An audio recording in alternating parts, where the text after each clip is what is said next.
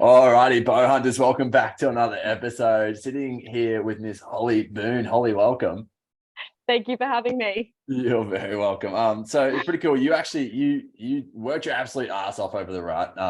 We came across each other. So I'd heard about you from Kev Schilf. When he came and did the podcast with me, he said that you were going to be jumping in camp with them, which is pretty cool, and we'll get into that.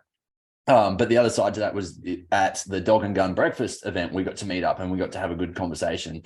And I quickly learned that you're an avid outdoors lady and you absolutely spend as much time out in the bush as possible, which I think is just absolutely amazing.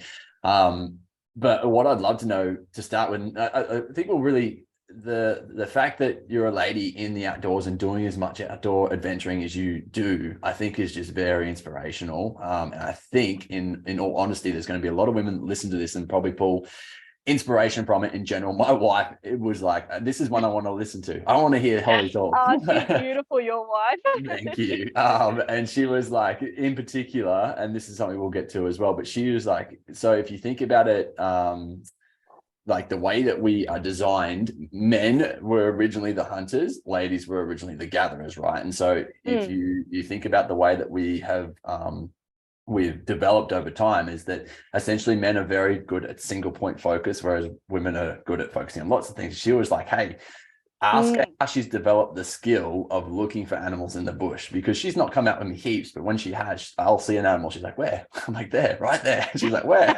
I can't get her eyes narrowed in. So that was actually something that she was like, you've got to ask her, how does she narrow that in? Is that a learned skill, or is that something that you just found easy? It's funny you say that. It's like just a man thing. I'm pretty sure there's been like cultures throughout history where women were predominantly the hunters as well. Like 100%. Think about like the pack of lions, like the lionesses do all the hunting. So I don't know. And that's why I said to her, I said, I don't know if that's actually a thing or not. Like, I don't know if it is the way that evolution has worked or not. But did you ever find it hard to spot animals? Is that something that you... I still find it hard to spot animals.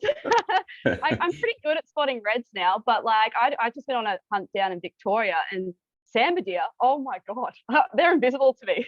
It's crazy. So hard to see. The bigger they get, the harder they are to see. Oh yeah, they just blend in. But I think it's what you're used to as well. Like I obviously hunt Brisbane Valley and pretty much hunt reds most weekends, so they can't. And I'm around that area all the time, so you kind of get good at spotting them. But I mean, they still blend in. I guess they're designed to, in a way. Yeah, it's so interesting that something that is such a big animal, like up to a 300-kilo stag, right? And you could still just miss it. You could still just lose it in the bush. Like, what? How do you just blend in? It's so bizarre. Yeah, that's it.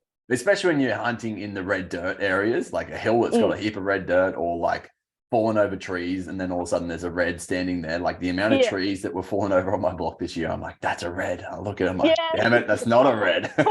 All the rocks that look like pigs, right? It's like the forever thing for hunters. That's right. So what actually got you into, like, because you do a fair bit of solo stuff, right? So what got you into the outdoors? What gave you the confidence to go and do it yourself? Did you grow up in hunting, or how's that kind of all come to? So I didn't grow up in hunting, but my dad did have like I've been around guns. My dad had rifles. I mean, I didn't really shoot much, but like he'd take you to the range or something like that every once in a while. Yeah, like here and there. Like it wasn't like a regular thing. But my family friends, they've got an amazing block up at in the Brisbane Valley, and awesome. That's where I go hunting on most of the time. And I spent a lot of my childhood going up there. They've had it for a while now. So I had that sort of place to go to. Yeah, that's incredible. But I wasn't always like this. And then kind of like around 20 years old, I started just kind of being drawn to the bush. Like an innate calling. Yeah, it kind of, It started off just literally getting a backpack full of all that lightweight camping gear and just going for an overnighter in the bush. Like by yourself? There was no one else involved in that? Yeah, just me. That's cool. That's so cool. Yeah. Yeah. And then, it's sorry about the dog. So good. And then it turned into wanting to get close to animals. I loved being in nature out there. Yeah.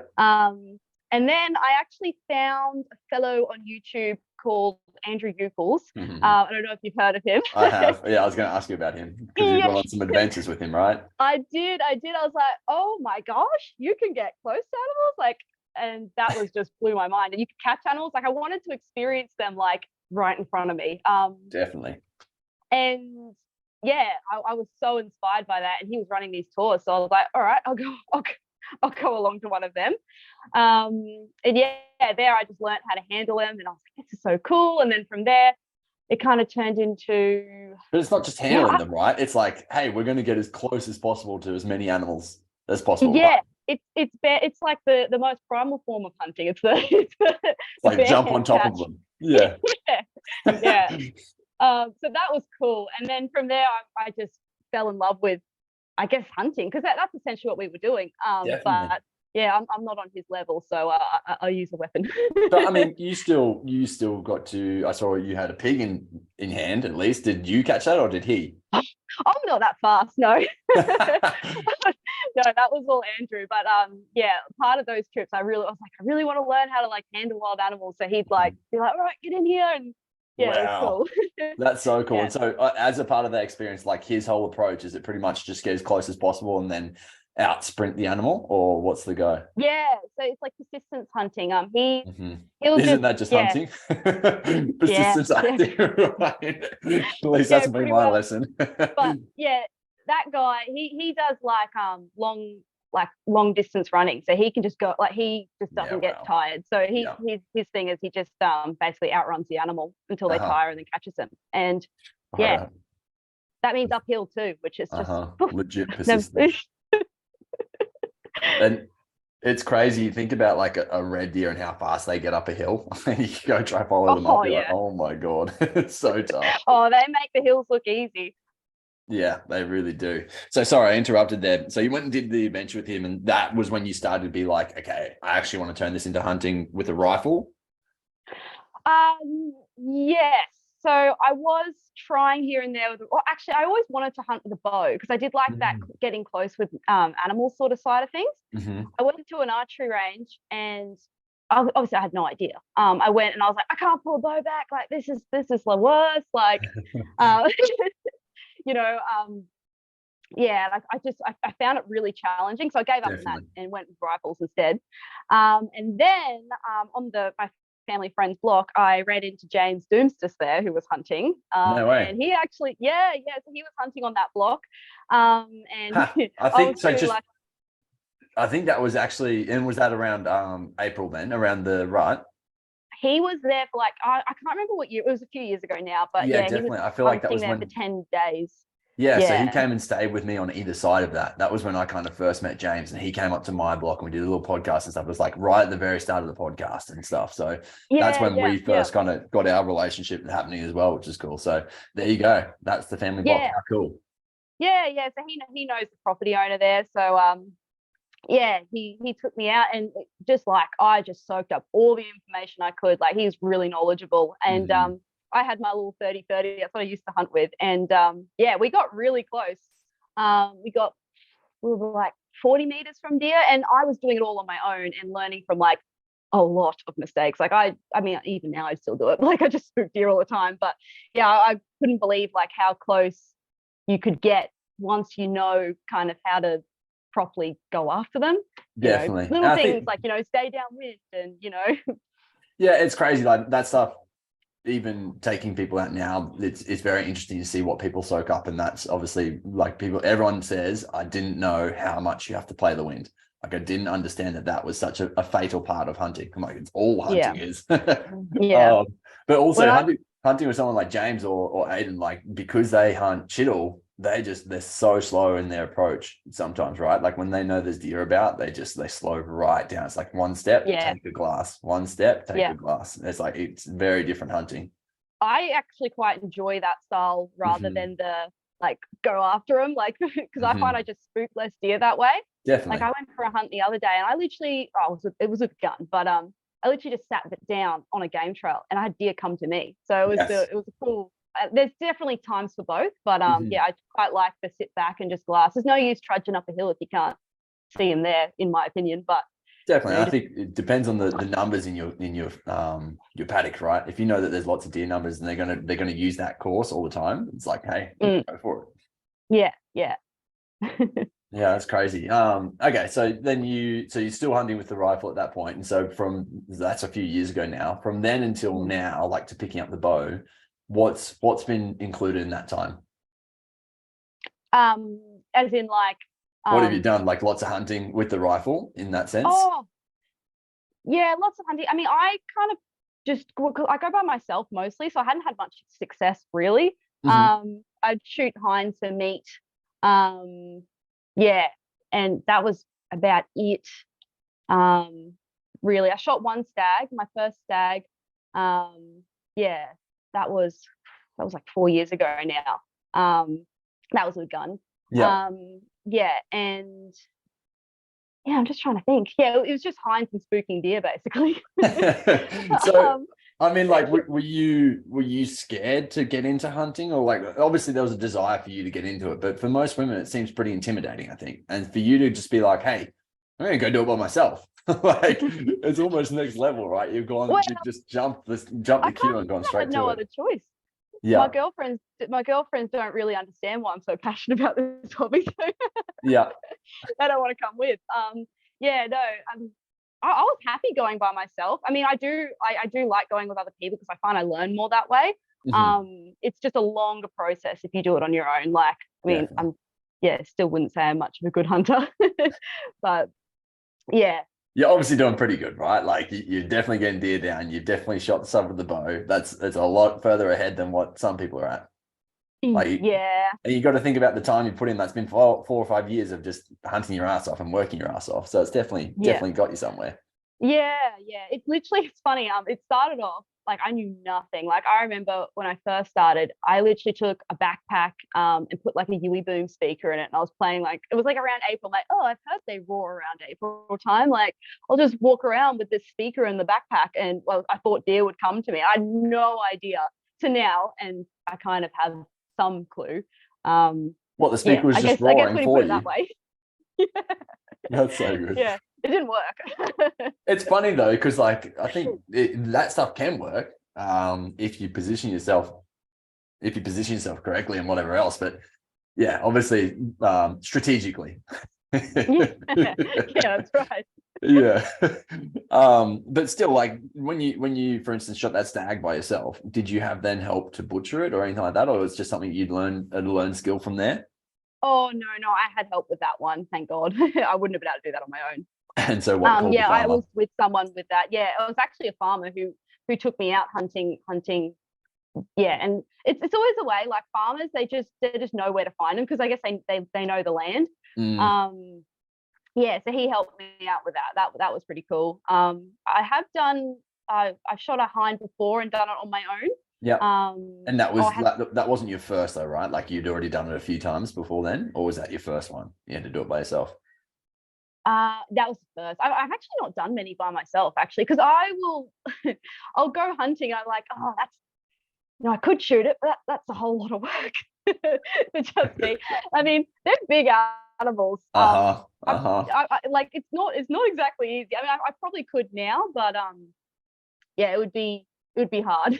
I think like hunting in general, so hunting as a action, the actual really hard work starts once you've got an animal down, right? Like if you've got Yeah. to drag it out of a gully or something like that, that's just next level. Like Oh, the amount of effort you need to put in at times, if you're not going to butcher yeah. it up on the spot, like maybe drop the guts or something, but then if you're going to drag, especially a full-grown red hind or a stag through Mm. big valleys and ridges and whatever else, that is hard work. That's tiring. Yeah, dead weight's a lot. It is. It's um, ridiculous.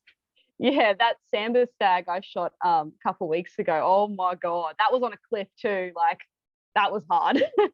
That's intense. Yeah. And they're even bigger than reds. Yeah, they're huge. Absolutely huge.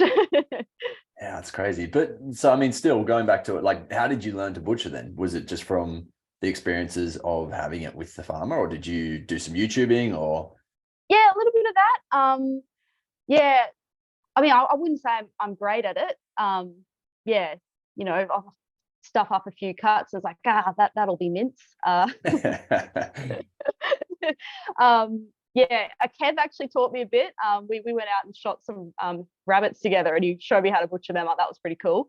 Yeah, he's actually a butcher by trade, so that was helpful. Yeah. But you've obviously got the anatomy down pat from being a vet nurse as well, right? That's obviously a good background. Yeah, I mean, it's a bit different, but yeah, it's different on my level. Just bring your dog in here. Yeah, I've got some knowledge, I guess. Yeah. Yeah. But sorry, I was going to say, so what were some of the biggest learnings you had from Kevy then? Yeah, I basically just asked advice for how he would go about doing things and hunting areas. He's got a bit of knowledge on rooster deer too, which I've been picking his brain about. Yeah, because that's next on the list for me, I think. Yeah, how good. But yeah, with the reds, just because he knows the land so well, because he's hunted it for so long. He knows a lot about calling as well. Yeah, just little things like that. Me and my friend Jacko, picked his brain a bit. Yeah, no, I was more so talking about the butchering side. Oh, butchering side, sorry. No, it's fine. Yeah, we did it on rabbits, so it was pretty easy. But yeah, mostly like, skinning them and, gutting them and doing all that. Yeah, taking the cuts. Yeah. What's your preferred method for butchering? Like, say you've got a hind down out in the bush. Are you going to try drag it somewhere where you can hang it, or are you going to do it on the ground? What are you going to do with that? I'll probably do it on the ground. It's yeah. I mean, unless easier. I had like I could drive to it and drag it somewhere. Yeah, they're just real heavy. Definitely. I mean, that's usually my method too, right? Like if I can get a car to it, I will. If not, then it's on the spot, get it done. I love to go for the gutless method, to be honest. Like keep the guts in and do it that way instead. Oh yeah. I find that's the best too. Way less messy, right? Especially depending on your shot angle and whatever else. If you've ever gone through the paunch, it's just like, yeah, you don't want to open it up really. No. Yeah, it's no good. Yeah, definitely. And so how did you come to actually picking up the bow? So obviously you did that hunt with James originally and that kind of piqued your interest a little bit, but was there something else that kind of drew you to the bow? Well, I think it was just the getting close to animals thing. I just thought it was cool. Yeah. But I got my housemates, they're actually target archers. So they helped me out, picking out a bow and, actually doing it properly and kind of made me fall in love with archery. So yeah, that helped. Then I eventually went back to the bow, and it's been a very long road, but so we're getting somewhere with it. So you said when you first tried it, you couldn't draw the bow back, and then you obviously got some help with actually a poundage that worked for you instead. Because I think that's the problem, right? You would have gone in, they would have not had a poundage you could pull back, and it would have deterred you from it straight away. So I was just using the little compound bows at the archery range. So they were really light. I just didn't have the strength. So I actually I've been lifting weights to try and get strong. It's not good. I'm not strong, but it's definitely helped. But it's a different type of strong, archery strong, I feel. I'm still not pulling much poundage. Like I only shoot a 43-pound bow. I tried to up it before the raw, but Ian Summers, I spoke to him and he's like, why do you have this thing where you have to like up the poundage? Like it's fine. That's fine. So, and that's cool, right? Like 43 pounds, that's good to know, right? And I think there's going to be a lot of women that probably listen to this and like, okay, well, 43 pounds, that's doable. I can get to that. And so I think that's very valuable in regards to like, I think in the sense, I went to archery because there was less barrier to entry than starting off with the gun. And there's going to be probably a lot of people in the same sense, but if they get to it, especially women, and they get to it and they're like, well, I can't draw back a 50-pound bow, what's the point? Like it's good to know that they don't have to do that, right? You can get there at 43 or 40 pounds. I think it's kind of like all about shot placement is what I've been advised. Like 100%. If your shot placement's good, it'll go straight through. And if you've got patience just to sit there and wait for the perfect broadside shot, like that's all you need. That's the thing you got to learn when you got an animal in front of you. It's just like, oh my god. Calm the nerves, learn how to breathe. Like all thoughts just they don't work anymore. And so picking up a bow, like did you get your own bow, or you just at the archery club for a while with their bows first? No, I bought my own bow because I'm quite small. I had to get like a certain, like, it's really hard to find women's archery gear. So yeah, I got a Matthew's Prima bow, which is one of their actual women's bows. Yeah. Because I don't know, my housemate knows more about it than I do, but he did a bunch of measurements and was like, "This will be a good bow for you." Yeah. We went over to Abbey Archery and picked it up, and he set it all up for me. We've got a bow press and everything here, so amazing. Yeah, that helps. That it helps definitely. knowing someone. 100%. So you pretty much used him as like your sounding board for it. Oh yeah. He's helped me out so much. Yeah. Yeah, it's because it's very technical archery, and I don't understand it. So it can be, right? Like, I'm still not down the technical side of it. I prefer to give my bow to someone like Summers or Shane Chater and just say, dude, fix it. Like, do what you need to. Yeah. It's easier that way, sometimes less complicated. But I think that's cool. So in regards to like someone, a female looking to get into it now, would you happily be that sounding board for them if they wanted to come and talk to you about bows and whatever else? Oh, 100%. Absolutely. I mean, I was the same for a lot of, like, I message everyone. I'm like, oh, I don't know. Ask this person. Definitely. So, yeah, for sure. I mean, I'd love to help. And if I didn't know, I'd know people to ask. Pass on to the right people. Yeah, definitely. Yeah. And I love to be that sounding board too. I get it all the time. I get questions. If I don't know, I pass you on to the right person, or at least someone who I think might be able to help. But yeah, I think just having like some point of entry is also really nice for a female to be able to come and talk to another female that's been able to go out and do the hunting that you've been able to do. It might be that extra little step that they need to be able to get into. I would love that. Hey, I am all for girls and hunting. 100%. Yeah, definitely. Yeah, all for it. And it can be intimidating. I remember when I was younger, I felt like I was bothering people. But now I don't. Now I've just. It's not that way at all. Like if you honestly feel that way, and honestly, if you ask someone they don't get back to you, don't take it to offense either, because I think it's either they haven't seen it or they're just too busy and they're not doing whatever. They're not on the socials or whatever. But I think that's it. Ask as many people, and if they say no, they say no. Like that's the worst that can actually happen. Yeah. It's funny, like with the podcast, I reach out to so many people and just don't ever hear back from them. I'm like, okay, cool, whatever. And then you just move on to the next one. Like barely ever do you even hear a no. It's just they just don't get back to you. Like, okay, well, I guess that's not the thing then. Okay. Yeah, exactly. And so what, you got your bow, your housemate set it up for you. And then what did you kind of start with? Were you shooting at home or were you shooting at so at home? And so I didn't want to I didn't want to take it hunting unless I was sure it was ready to go. So I was shooting at home, and this year I've just been like non-stop practicing, like trying to get good enough, just with the target side of things. Yeah, and just like learning your shot process and all that. How big's your space at home? Like, what's your range? 10 meters, 20 meters, 30 meters? We've got. So they're like proper into their archery. So we've got like a whole archery range out the back. We've even got 3D targets down the back. It's so sick. So good.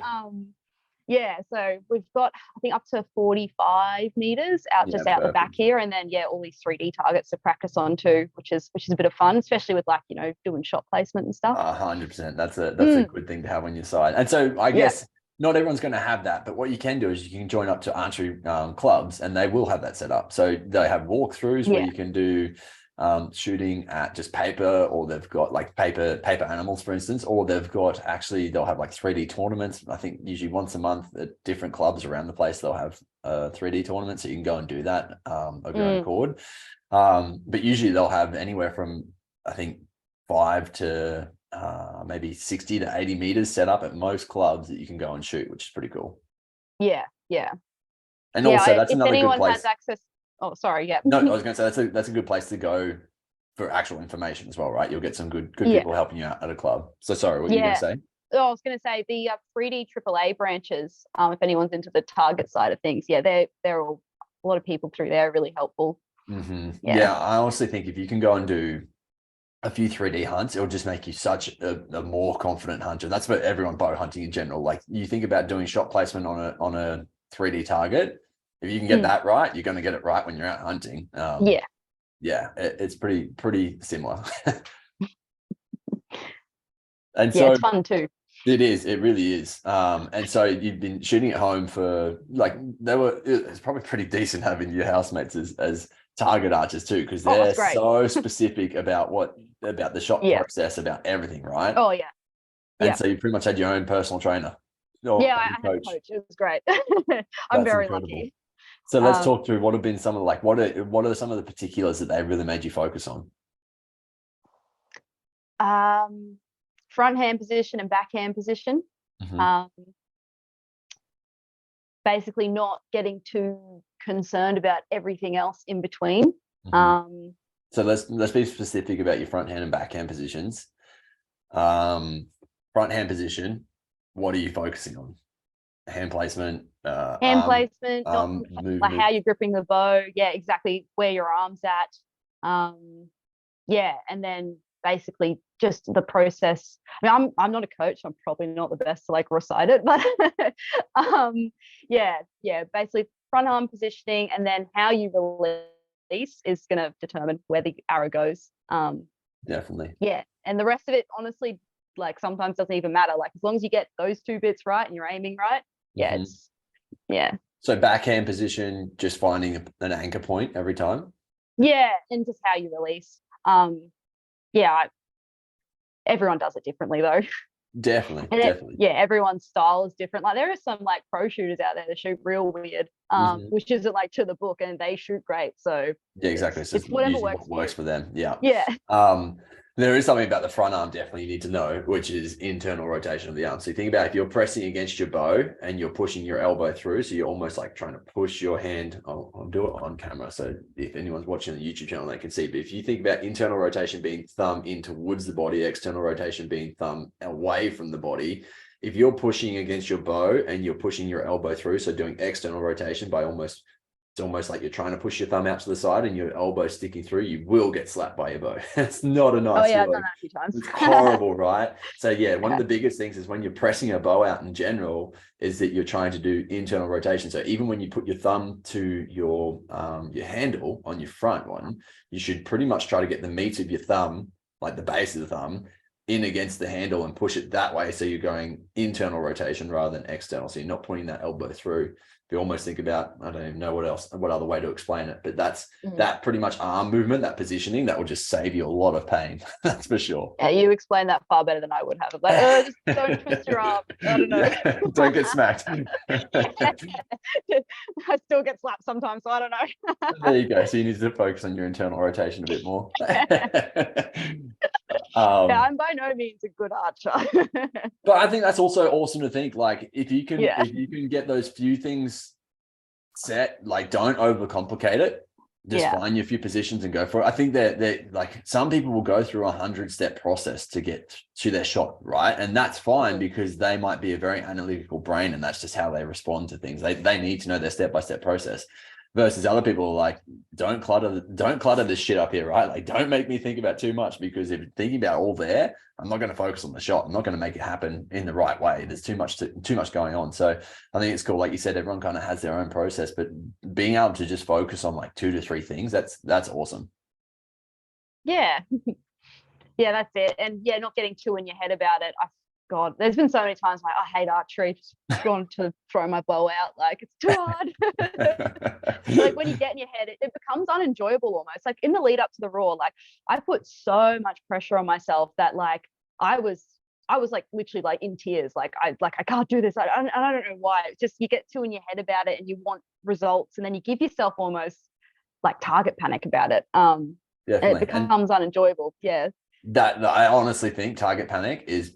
And I think this has even been said many times over, but it's purely psychological, right? It's what's going on between the ears. It's nothing to do with how you're actually shooting. Like it is obviously, but it's like, this is what your head's what causing the shit to happen. Yeah. And it's crazy, that pressure, right? Like I think almost every hunter has witnessed it at some point in time. And I don't know, for me in particular, like having the podcast platform and having social media and stuff, that was worse, because it's like it put this extra pressure on me. And it was only what was going on in my head. It was my own pressures from what I'd put on myself because of the podcast platform. Like I pretty much screened my whole thing from the start. And it made like extra pressure. What do you kind of feel was bringing the extra pressure on for you? I think I knew there was so much at stake if I stuffed it up. I think I knew, I knew, if I stuffed it up, an animal's going to get hurt, and I didn't want to do that. And like it's no one wants to do that, obviously. So you want to make sure your gear is ready, and that you're able to use it, and you're confident in your gear, and you're confident in yourself. And I think me being stressed about that just made it all worse. Definitely. So that's when I was trying to up my poundage too. So that's when we decided to lower it again, back down to 43 pounds. And then I started shooting better and feeling better about it, and putting less arrows through in a day. Like I was trying to shoot like 50 plus arrows a day, and it was getting tiring, and I wasn't shooting well. So ending on a win too, and knowing your limits, and just being more consistent with it. So instead of doing like 50 a day, which I'm just not strong enough yet to do that, doing like 20 good ones, and then calling it at that. I think that's so important. There's a few things you said just there. So muscular endurance in general, like you're going to burn out doing archery. It's not something you think you'd burn out on, but it's going to happen. And then the other thing that I love that you said was ending on a win. I think that's just so important. Like if you're shooting like shit at 30 meters, 40 meters, walk in and do a shot at 10 meters so you're confident. Like you're leaving on that confidence, because the last thing you want is like a little bit of a hindrance on your confidence, like lagging over you, sitting in your shoulder saying, oh, that was a shit shot. You're a shit shot. You're like, oh no, not what you want at all. That's it. And so like, had you hunted much before this rut with your bow? So last year I did hunt the raw with my bow. I was kind of ill-advised with my arrow setup. I was like running these ridiculous arrows, so I'm glad I didn't shoot anything. Because let's talk about that. What happened? Where were you at? Like what weight and whatever else were you at? I'm not sure about. So I was shooting 500, like these 25-inch arrows, 500 spine, and they had these 4-inch vanes on the back, and 150 grain field point. And so whoever said that was from an archery shop, a local archery shop. That was the advice I was given. That's all I knew. It was literally like shooting a brick on the front with a parachute on the back. Like it was the slowest arrow ever. And I didn't know any better. And then I got advice after that, and we fixed the arrows up. So but I did hunt the raw with bow last year. I called in two or three deer, which was pretty cool. And it was pretty cool to know I could do it on my own. 100%. I mean, I had someone with me roaring, but mostly like I could do it on my own. I actually had more success with the hind calls rather than roaring or just stalking in on them. So that's awesome. And so this year you've gone in with a lighter arrow setup, and do you feel like that gave you more confidence straight away? Oh yeah, the bow shoots better now, way better. So we took that down and because we've now set it up for someone of my stature, not someone who's 6 foot shooting a 80-pound bow. You know what I mean? Definitely. it's very different. Different strokes for different folks. When you look at it, you don't want to have a man set up for a small woman frame. Like, how tall are you? What are you, 5? Like 5'2" or something. Not very tall. 5'1", 5'2". Yeah. And so it's good to know, right? Like, okay, coming into it, small statured women, you guys can go out and absolutely do the job, 100% do the job with the right gear. But it's about just getting an arrow that's going to have enough kinetic energy, and you can do that with a lighter arrow with my setup. So definitely. So what are you running now? Do you still have do you know? I actually wrote it down, so I was prepared. Good. I have. So my arrow speed now is 70 meters per second. So the arrow weight, we got it down to 346 grains. So it is.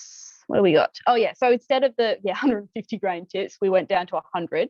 I would have gone lighter. I would have gone to an 80 if the a lot of broadhead companies made 80s, but some of them don't. I was shooting the Cayugas this year, but if they would have come out with an 80, I would definitely switch to that. And with a 20 grain insert. So what's that? 120 grains up front, and then I use those smaller veins. I didn't write them down, but just those boning ones, the blazers. What spine do you use now? Oh, sorry, yeah, but I'm still using those same 500. shafts, so I was Yeah, able okay, to cool. reuse them. Luckily, Yeah, awesome. Yeah. So the 500 spine, and they're cut a bit shorter. So what are they? 25 inches. Yeah. 25.25. I think I left them a bit longer because of the broad head at the front. It'll kind of freak me out having that close to my hands. Don't want to slice, that's for sure. Yeah.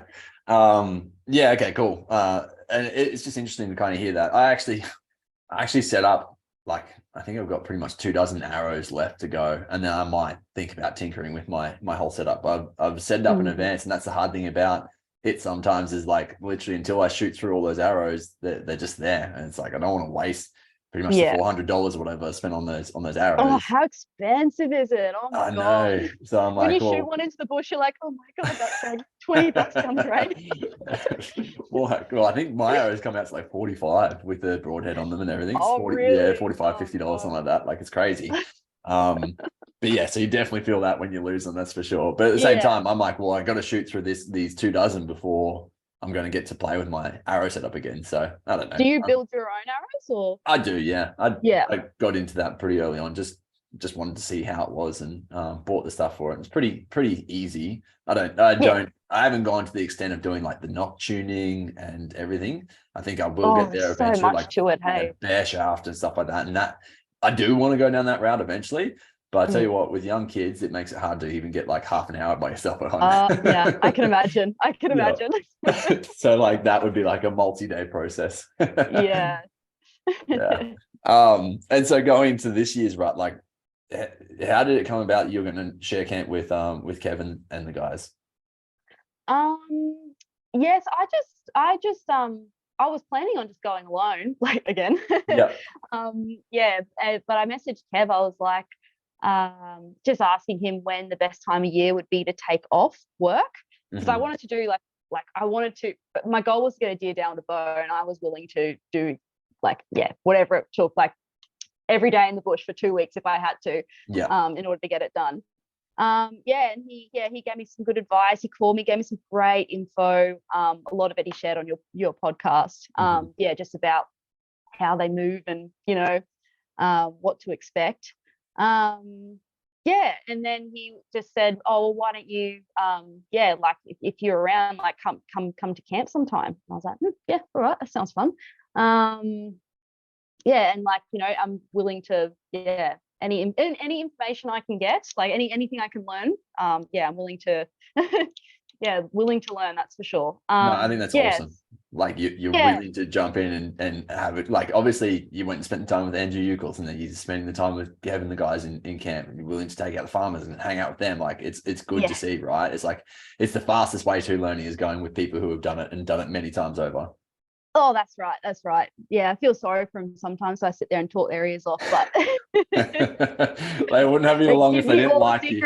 You know what? And I talked to Kev about that offline, and he's like, I love it when people chew my ear off when I'm out camping with them. He's like, I'd prefer for someone to ask me every question, be it like the smallest or the largest question it takes me an hour to go into, or if it takes me a minute to answer, 20 seconds to answer. He's like, I would prefer that than someone come along and not actually ask me any questions and just kind of act as if they know it, even though they don't. He's like, I'd prefer to hand on my information. I'm like, that's great. That's awesome. Yeah. And that's so good when people are like that. You do find a lot of people don't want to give away their secrets because, like, if I don't, then the sport dies. So exactly. Yeah. And I think it's like the ripple effect, right? You help 10 people, they help another 10 people, and it's just like the larger effect of people that you get to help. It's for sure. And so pretty much you're like, okay, cool, I'm coming on camp with you then. I'm going to be there from start to finish. Yeah. And so how did it kind of look out? Because you guys had a fair few people in camp this year. Yeah, we did. So me and Jacko, I try to say his last name, but I can't. He's on Instagram as Jacko Cracker. We actually kind of teamed up, and he's become a really good friend of mine. So we had a few blocks we had access to, so we kind of just jumped around. So we kind of teamed up together and did our thing. While the other fellas went off. And then we kind of meet up and then discuss So you kind of just talk over what you'd gone through of the morning, how it played out, and then get some tips and tricks. And it was really good. Yeah, having them there just for advice as well. But yeah, they were always a phone call away even when we left. So yeah, that's cool. So good. You guys spend a lot of time, like you were out there. I remember watching for like the weeks leading up to when I was going out. I'm like, oh my God, it's all happening, and watching your stories. And then I went out and you were still out. I was like, holy heck, like you worked your absolute ass off, right? Like, so how many days were you actually out for? We were out for, I think we were out for full 2 weeks. And yeah, so we were hunting morning and night for 2 weeks straight, and we were like so tired. We'll get up at 4 a.m. every morning. We were just so keen too, like me and Jacko, we just wanted to get after it, like get it done. Because he's from Weipa, so he doesn't hunt reds very often. Like he just comes down once a year for it, so he was just stoked on it too. So we were so tired, oh my gosh. And it was just morning and night, walking the trails, learning from a lot of mistakes. He actually taught me a lot about bow hunting just in general. It's very different from rifle hunting. Just the way you've got to move and the way you've got to like hold your bow and position yourself in the lead up to a shot so you don't spook deer. Because they're obviously, especially when you're calling them in, they're coming to you, they know something's there. So any movement that's not normal looking, they're going to be like, I'm out. So definitely. Just little things like that. It was. I think also that side of it, like now that you're understanding that a lot more, you're going to hunt with your rifle like a bow hunter, and that's just going to make your success go up so much more, right? It's different level. I still I love bow hunting, but also love shooting with rifles too. I love long range shooting as well. It's all different. 100%. Yeah, definitely. It all has its own challenges. Oh yeah, definitely. Yeah, I mean, shooting under 100 with the gun, let alone doing a long distance shot. That's next level. Yeah, that's right. And so talk us over the kind of how to play out. Is there some standout moments that you think are worth sharing compared to others? So we had a lot of close calls. We called in a few deer, and I spook them, as I do a couple times. From movement or from what? Yeah, just movement. We'd have the hinds kind of give us away, which always happens when they've got hinds with them. I had a time where I missed a shot. So that was, I learnt that once you see the tips of the antlers, you got to draw, because you got to be drawn before they actually see you. But my problem was I don't have the strength to hold it.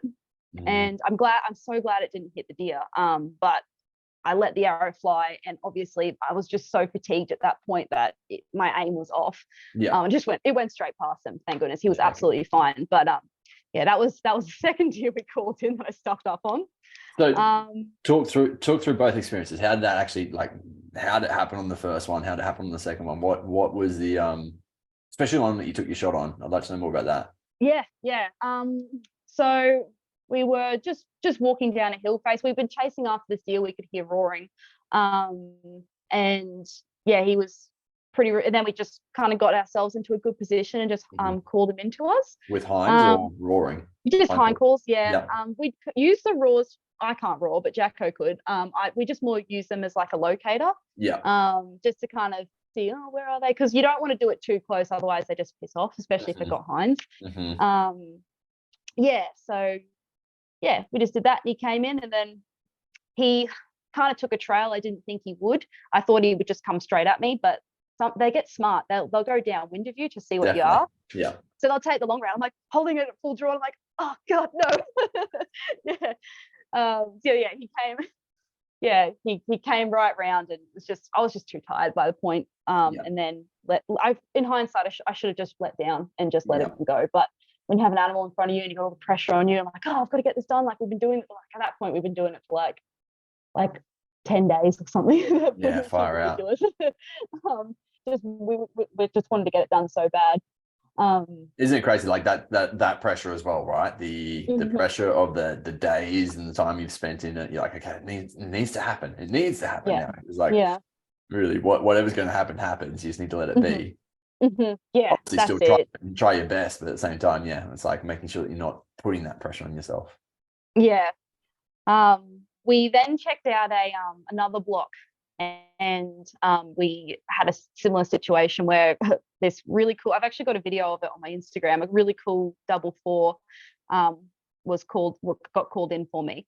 Yeah, and Home calls once again. yes, yeah. Yeah. So he came in straight on, and that's a really really hard shot to take. You can't be high, otherwise you hit the shoulder blade. On him, and that's exactly what I did. So he was 12 meters away, and on a downhill slope. And it's like what I was saying before, like when a deer's in front of you, your brain just kind of stops working. You don't think about like, oh yeah, so he's this close, so the arrow's going to fly like a little bit different. So with my setup, because the arrows are so light and the bow is so like such light poundage, it's forgiving in a sense. It doesn't fly flat. Yes. So when I shot him, he was close. And it's obviously hit him just a little bit high, and oh my god, was I emotional. Like I hit him and he dropped, and I saw him walk away, and I was just like, oh no, like he had a limp, and I just lost it. I was so upset. I was devastated, because I was like, I shouldn't be doing this, like shouldn't be hurting these animals, like oh god, like I shouldn't be a bow hunter, I'm not ready. And our friend Chase, he was hunting with us, he came up to me, he's like, you know, it's good that you're you know, you're crying, because it means that you care, basically. Exactly. Remorseful about it. Yeah. And I mean, it literally is one of the most horrible things to go through. Yeah. But at the same time, it is also part of hunting. If you're going to pick up a weapon and you're going to go hunting, whether it's I've seen animals get shot with a rifle and run off. Like it's going to happen no matter what bit of gear you're using, unfortunately. And it's like, it's the unfortunate truth about hunting. It's like, that is part of the responsibility of us going hunting, is that you need to, it might happen. And if it does, then you try your best to get that animal and make sure it's not suffering. But at the same time, like it sounds by that, if you hit it, front on the shoulder blade, like he would have walked free. Yeah. It would have been pretty much just like he was hurt, hitting him. And I was worried. I was so worried. I was so worried. It, like, I don't know, it was worse than I thought it was. But the farmer the next day was like, oh yeah, I've seen him, he's just up on the hill there, he's fine. And then a couple of days later we went back, and like literally absolutely fine with his hinds, not even a limp on him. But they're tough animals, especially during the rut.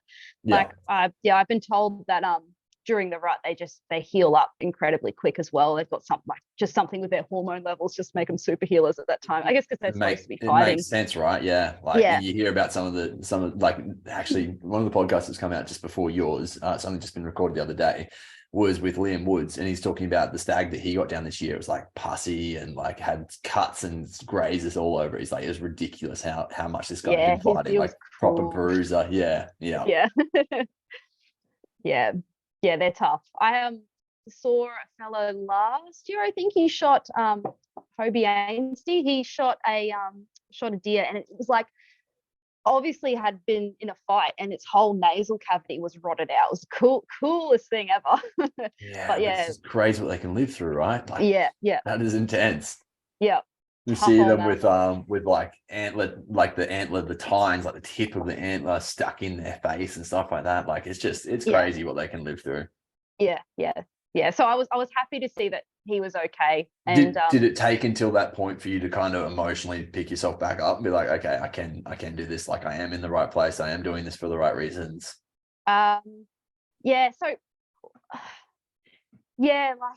it did a bit, but I'm so glad I had like Chase and Jacko with me. They were so nice and supportive. Like the friends you make through hunting are just, it was so nice. I definitely needed it at that time. Yeah. It's so strange. Like it was such an emotional experience, like highs and lows, like, and the lows are so low. In general is that, right? Like, definitely. I think everyone's going to witness that, but you're so right. It's so crazy. Yeah, there's so many like almost, and you get your hopes up, and then you fuck it up, and you're like, fuck.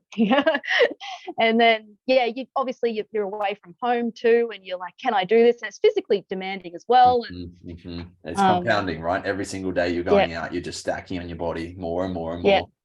You haven't showered either, which is annoying. Yeah. So many things. Talk about some of the lows. How do you deal with them in general? Oh, have a tantrum. I don't know if I'm all that good at dealing with them, but I don't know. I think I'm just too. I don't know. I wanted it so bad that I just had to keep pushing on. I'd call my dad sometimes. I'm like, Dad, like this is really hard. He's like, you'll be right. Just keep at it. I honestly think I said multiple times over this rut, like bow hunting is one of the hardest things I've ever done in my life. Like, yeah. I definitely tried, and I honestly, I do a lot of stuff to try prepare my mind and my body. So when I get out in the field, like it makes it easier. Like I'll hop in the ice bath and I'll do stuff that's like mentally challenging for myself. Just so I'm like, cool. When you get out there, it's like, okay, this is going to be stressful. It's going to be shit, but you're going to be able to deal with it because you put yourself through adversity all the time. But it's still rocks up and kicks my ass every time. It's crazy. Yeah. Like it's hard. I guess if you haven't done it, you don't know. But it's like such an emotional roller coaster. That's for sure. 100%. 100%. Yeah. This rut in particular for me was very emotional. Yeah, that's funny. And so any other like close encounters that kind of came to? Heaps. Yeah, we were very lucky where we were. There was just deer everywhere, which is awesome. Yeah, it's awesome. Yeah, like Jacko and Chase, they both got a deer down too, a couple stag down too. So that was awesome. So pretty sure everyone for both of them as well. Yeah. Oh, yeah. I was. That's so good. Everyone in Kev's camp got one down, so that was cool as well. Yeah, it was a really, really great year for us. Then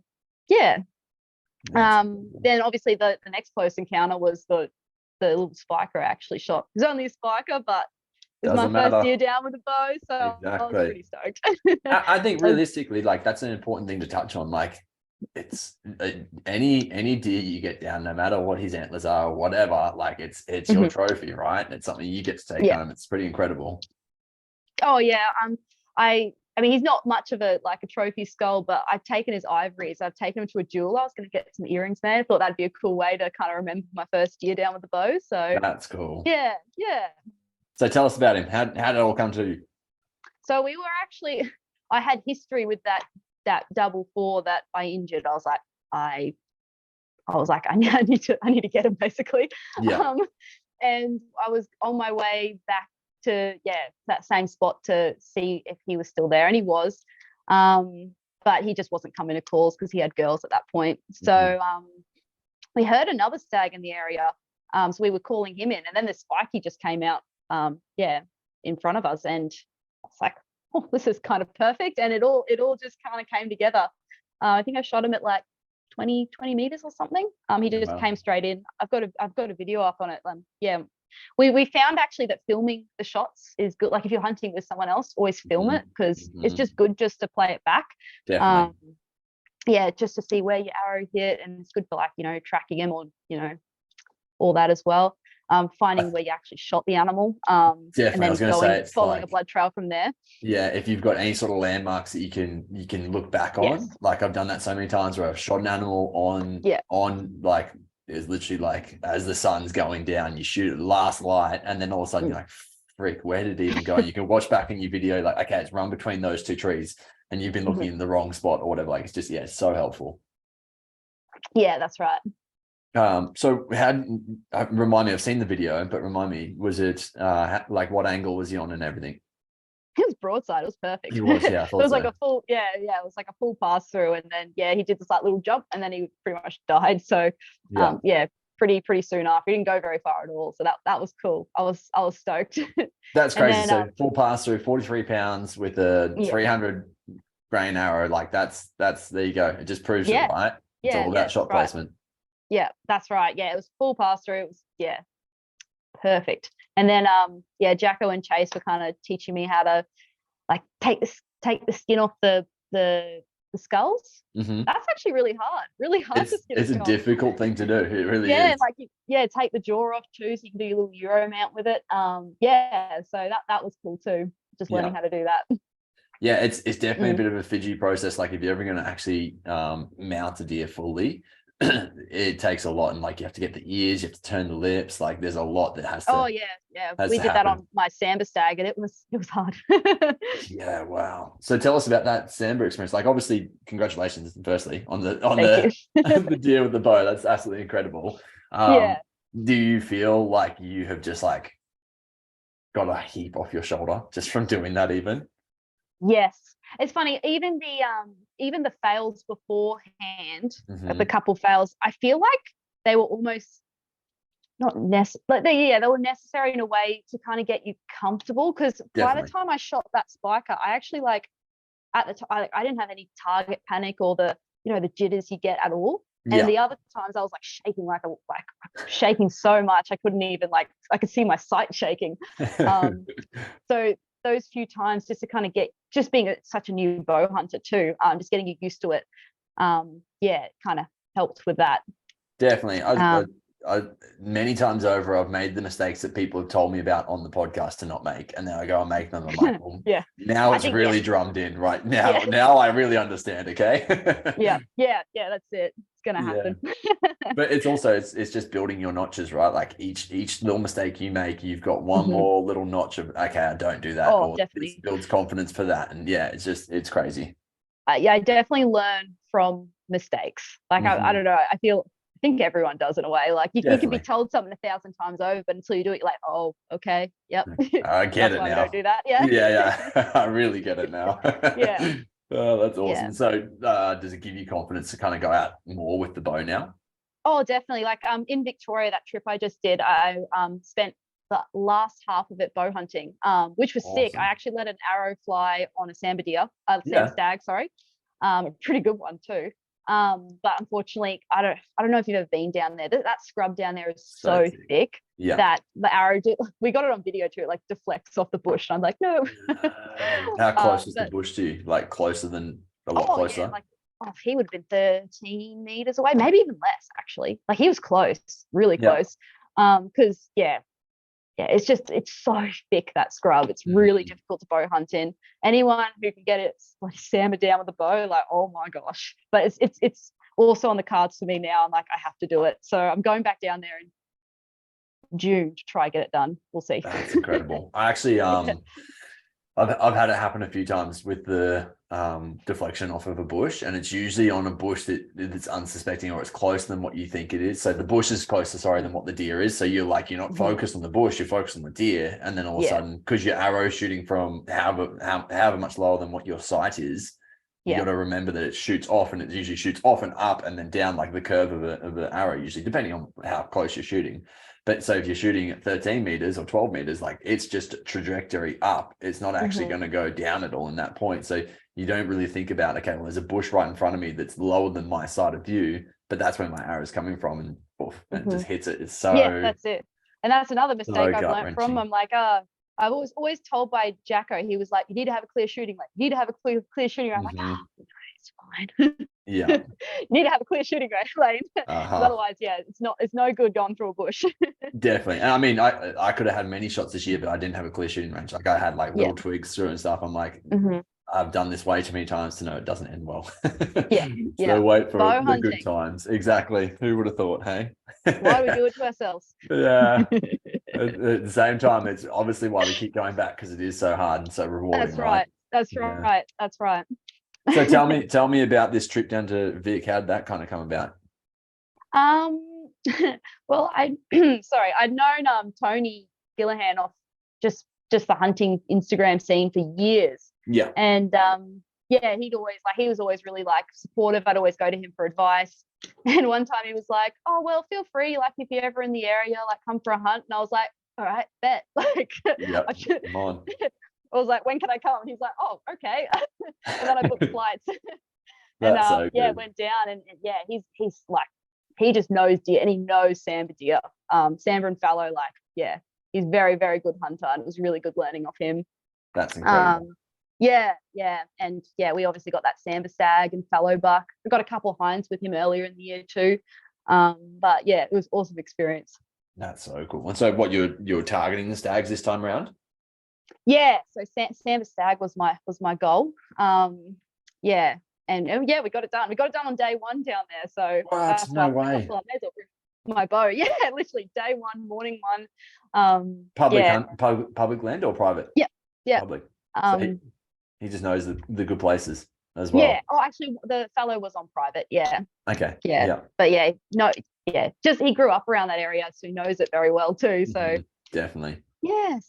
It's just, I think having that time and experience in one location, like where you really get to know where the deer hang out. Like, hey, if they're not here, they're going to be here. Like, I've now got that on my block, and it's very rewarding in the sense of, you know, that you're going to see deer every time. And like, I've got other like my cousin's husband that hunts on the same block as me, and every once in a while he'll have a trip where he doesn't see deer at all, and I'm like, I've never had that yet, because I know the block so well in regards to where I need to go. It's like, okay, well, if they're not here, they're here. If they're not here, they're here. If they're not there, then they're going to be here. And it's like, I just exhaust every single avenue that I have, because I spent that time knowing the block now. And it's like, every time you go to a new block, you're like, whew, let's start this game again. Oh, yeah. Yeah, literally. That's the hard part. That's what I found with hunting with Jacko, like, because we were bouncing around everywhere. We had like 3 or 4 blocks we were going to. It was like, oh gosh. So like, game plan, like, what are we going to do? Like, where do you reckon they'll be? And it was just like, you know, getting the satellite maps up and just learning a new place all over again. Finding game trails, finding where they bed, finding other sign. Yeah, that's crazy. And obviously 2 weeks is not a long amount of time when you've got a few days in the bush to play with, in the sense of like, you've got that much land to actually try track over. You've got the winds dictating what you can do. That makes it really hard. At least they're roaring in that point in time, so you can kind of make a bit more of a game plan based on that. Wind in the hills sucks. Oh my god, it's the worst. It really is. Like, you're like, oh yes, the wind is blowing this direction, I'll go this way. Do you go up there? I'm like, it's the entire opposite now. 180 difference. It baffles me still, like, how it can do that, right? Like, literally do a complete switch. You're like, what? Does my head in. Yeah, so that's hunting, isn't it? Yeah, exactly. And so for other women, like, looking to get into hunting of any sort, like, what would be some recommendations? Just get out there and do it. Hey, I don't know, that's just what I did. Don't be afraid of not knowing things, because no one does when they start. I mean, I especially did. I still don't really, but you do. You know a lot. You've learned a lot, and that's the thing. Is you can always learn. Yeah.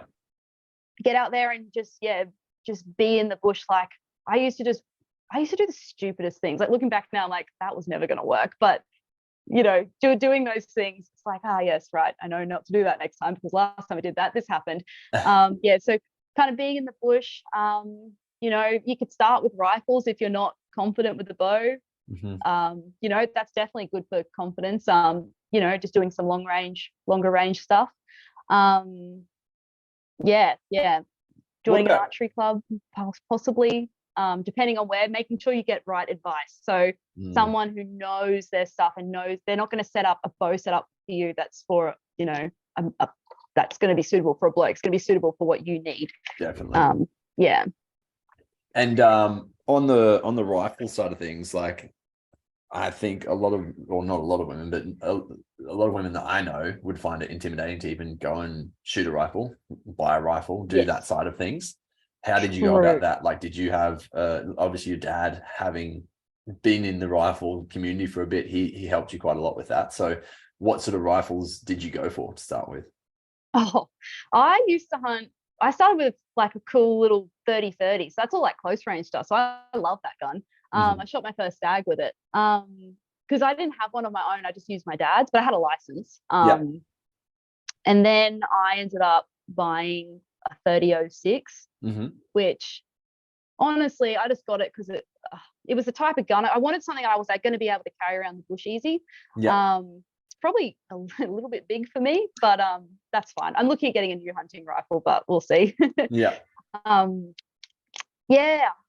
If you know someone, if you get a license, you know someone with a gun that'll let you borrow it. I mean, that's probably ideal.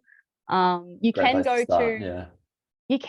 to like shooting ranges, and like there'll be people there that want to help you. I've done that before. And just talking to people. Like, I work at a vet clinic, and like that's how I met my housemates, the target archers, and then we got talking about archery, and then they helped me out, and then I met someone else there who was into the target shooting side of things. He's like ex-army, so he's good at like the teaching for shooting side of things. So he's been really good at like if you ask for help, people are more than happy to give it. But yeah, it's just kind of putting yourself in those situations. So yeah, if you just go like for a come and try day, like at an archery range or something, you'll probably meet some people there. But yeah, just make sure the advice you're getting is sound, and ask other people what they think too. Like just message people on Instagram. Yeah, definitely. Yeah, and it's actually like in the bow hunting community in particular, it is a very giving community in that sense. Everyone's so lovely. Definitely, they'll happily answer. Lovely. Like, and if they like we said at the start, if they don't know the answers, they'll send you on to the person that does, and they'll be able to set you up. I had a point to that I was going to say. God damn.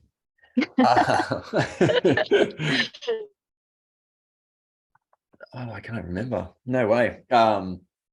What is your best Instagram handle and whatever else for people to follow along? Oh, it's just my name, Holly Boon, with a single underscore. And that's about it I'm on so far. So yeah, good stuff. I think it's really cool. I think it's awesome to see how much you actually get out. Like you literally put yourself out in the bush all the time. The amount of effort that you put in over the rut was actually very inspiring to see. Like to be going out, you're posting like, all right, day 11, here we go. You could see like you were physically drained, you were tired. It was like, and you're still showing up, and it really, that's what bow hunting is about sometimes. Like, yes, there's the parts that actually, like, there's a learning element to it, and you'll learn something every single time you go out. I still learn all the time. I've been doing it for almost 5 years now.